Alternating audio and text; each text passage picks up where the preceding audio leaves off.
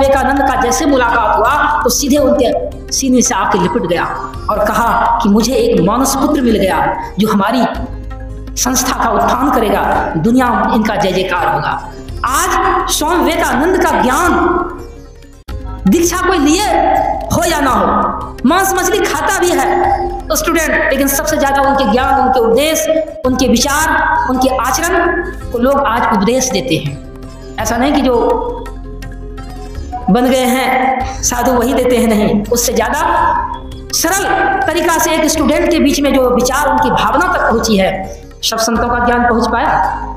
नहीं पहुंच पाया।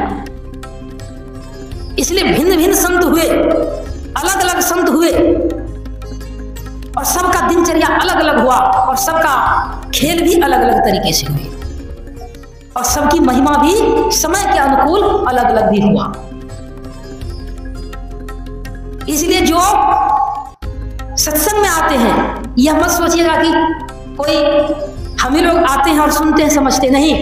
बहुत ऐसे संत हैं जो एक दूसरे का संत का जीवन चरित्र को सुनने के लिए व्याकुल होते हैं। इसलिए कहते हैं जो उस पार ब्रह्म को भी प्राप्त कर लिए हैं, वह भी अपनी समाधि को छोड़कर जहां सत्संग होते हैं, जहां संतों की जीवन दिनचर्या की बात होती है, जहां उनका गुणगान होता है, जहां उसकी जयगाथा होती है, वो अपने समाधि को छोड़कर आते हैं सत्संग में सुनने के लिए। इसलिए कहा जीवन मुक्त ब्रह्म पर चरित्र सुनहि तज ध्यान, यानी कि उसके चरित्र को सुनने के लिए, उनकी गाथा को सुनने के लिए, उसके जीवन के दिनचर्या को सुनने के लिए शैली, वो अपने को समाधि में रहते हुए भी उसको त्याग कर आते हैं। इसका प्रमाण शास्त्र के इतिहासों में सुने होंगे कि जब सुखदेव मुनि राजा परीक्षित को भागवत कथा सुना रही थी तो देवी देवता भी उतर के आए सुनने के लिए। उसको किस चीज की आवश्यकता? नारद मुनि भी आए, उसको किस बात की? जो 12 वर्ष आगे पीछे जानते थे। आगे पीछे तो जानते हैं, किस चीज का? जितनी उनको जानकारी दी जाती है, जितनी उनको प्रेरणा मिलती है परमात्मा की, उतना ही वो जान सकते हैं, उससे वो ज्यादा नहीं जान सकते। क्योंकि कथा अनंत है, चर्चा अनंत है, सारी बात को सुनना समझना और उसके मन मस्तिष्क में बैठा कर रखना संभव नहीं है, संभव ही नहीं है। इसलिए कहते हैं कि जो उस समाधि अवस्था को भी प्राप्त करते हैं जहां संतों की चर्चा होती है, उस सत्संग में आकर उस संतों की महिमा को सुनते हैं, समझते हैं।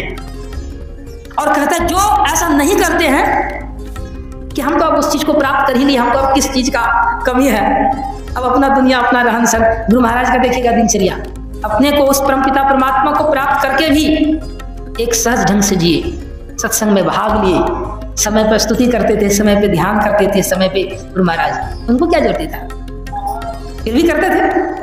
आज उन्हीं का ना पानी सुन सुनकर किसी एक दूसरे को आप नीचा दिखाते हैं कि गुरु महाराज तो सत्संग में बैठते थे, आप उनसे बड़े हैं क्या? एक छोटे भी किसी बड़े को देखेगा, मोटिवेट करने के लिए उसको कर देता है और उसको चुप रहना पड़ता है। तो उनकी महिमा कैसी होती है, उनका खेल कैसा होता है, किस चीज के लिए करता है, ये तो वही जानते हैं।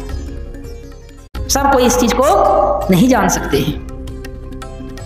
इसलिए कहता है सत्संग में आना चाहिए।